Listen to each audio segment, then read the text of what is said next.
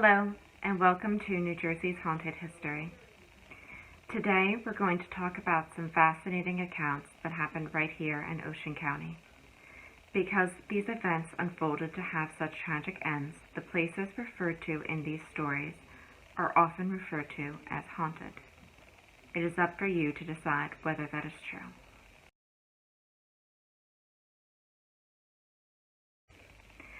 Georgian Court University is a beautiful college located right in Lakewood, Ocean County, New Jersey. Many people do not know that before it became the illustrious institution that it is today, it was once the estate of George Gould, son of railroad tycoon Jay Gould. Constructed right before the dawn of the 20th century, it was the lavish southern estate of George and Edith Gould and their 7 children. It had all the gorgeous trappings of the Gilded Age: a mansion with marble paintings, gold-plated furniture, a Japanese garden, another garden full of sculptures, and a sports hall on the land with a ballroom, bowling alley, tennis court, pool, and more. The family spent many happy years there, entertaining guests by the dozens or more, doting on their children, and enjoying the golf greens. Edith Gould, in particular, was the star of the family. A former actress, she was charismatic, always in vogue with fashion, and the most extravagant socialite. Both a devoted mother and wife, it was upsetting to her when she found that her husband George had been visiting a different former actress, Guinevere Sinclair, in secret.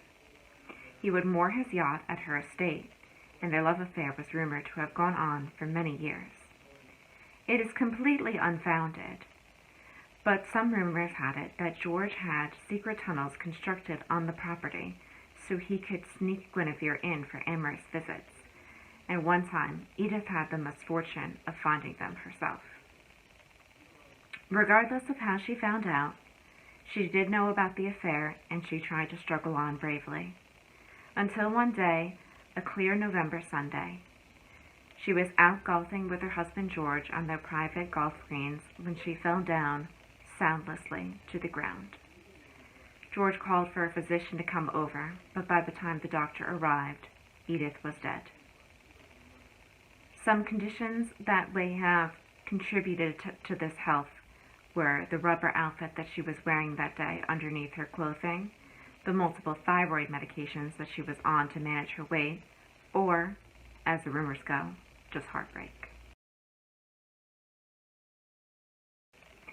After her death, George remarried his longtime mistress, Guinevere Sinclair. Only a year into that marriage, George himself also passed away. The next year, in 1924, the heirs handed over the estate to the Sisters of Mercy, who went on to found the Georgian Court College. It is rumored that Edith Gould still wanders the grounds she once loved so much, distraught with the betrayal of her husband. Whether or not that is true, Georgian Court is still a sight to behold as a campus and a renowned institution of higher education in modern times.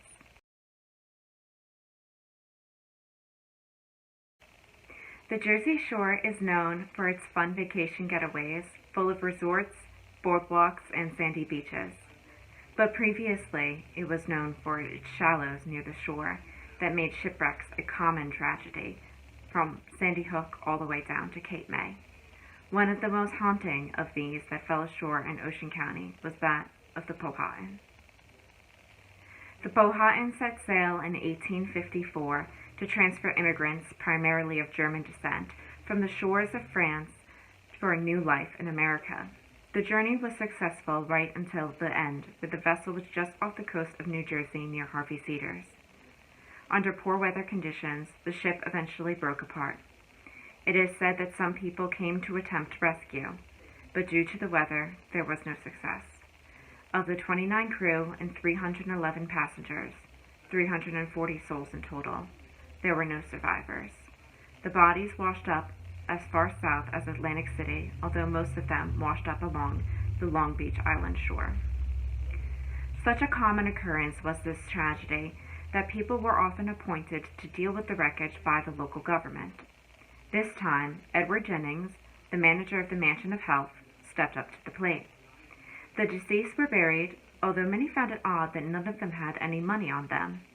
It was unusual for immigrants seeking to start a new life in America to not be carrying any funds. Typically, they would carry their entire life savings, however measly it was. Months later, a second storm revealed the truth. The waves eroded near the stump of a tree by the mansion, revealing a hole full of money belts that were all cut open and empty, hastily buried there. Jennings' guilt was obvious to his neighbors, although he was never officially charged with a crime. In disgrace, he fled all the way to California, where he eventually one day died in a bar fight. But it is rumored that the souls that were wronged by the robbing of their dead bodies were not appeased, not even with his death. Anybody who went near the mansion in the next few years often saw sightings of these ghostly passengers. The Mansion of Health was never opened again and eventually burned down in 1974. Did these souls ever linger? And, if so, are they now satisfied? On the site where the Mansion of Health once stood, the new owner constructed the beautiful Surf City Hotel. The current owner said they have not met up with any ghosts on the property yet. It appears that the site is now just a place for regular Jersey Shore rest and relaxation.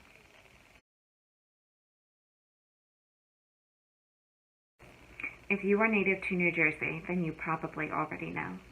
You may have found yourself in a similar situation. One evening alone in the woods, the only source of light, the distant moon that barely makes it through the treetops. First, darkness closes in, and then the silence. The wind rustles the leaves of a tree from days ancient, and you feel for some reason that you are not as alone as you wish you were in this grand expanse of wilderness. Are you afraid of the Jersey Devil?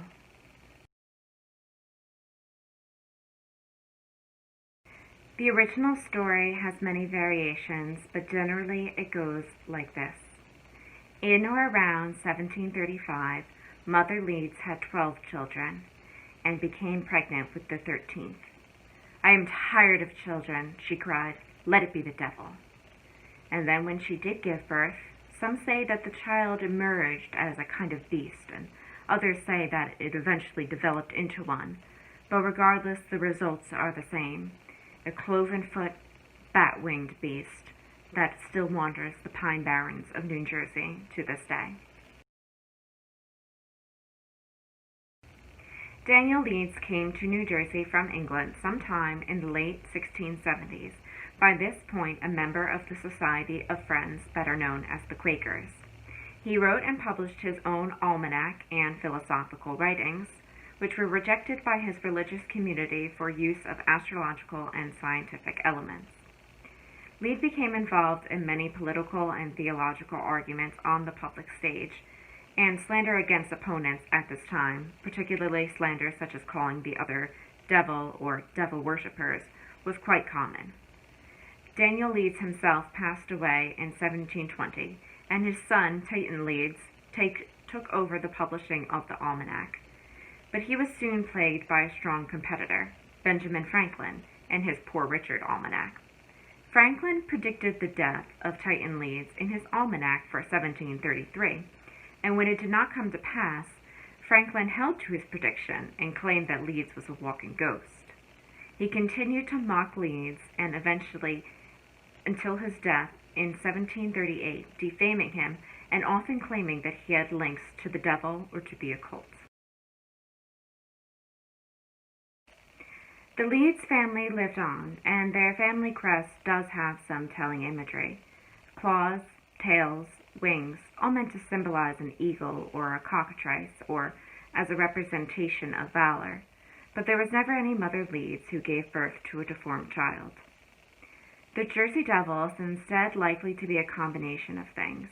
The slandered name of the Leeds family, the tale of women like Annie Hutcherson or Mary Dwyer, who were said to have given birth to deformed children because of their heresy in the 1600s, and perhaps the Lenni Lenapes tribe spirit of the forest, Maseng, who was a man with a mask half black and half red, seen riding a deer in the forest.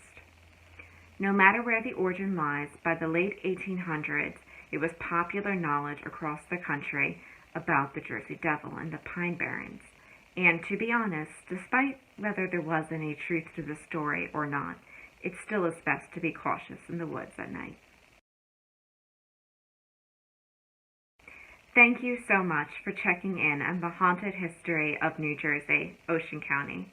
Your Ocean County Library has all the tales of local haunts on our shelves for more reading. Enjoy, everyone, and happy Halloween. Support public libraries. Like, share, and subscribe for more great videos.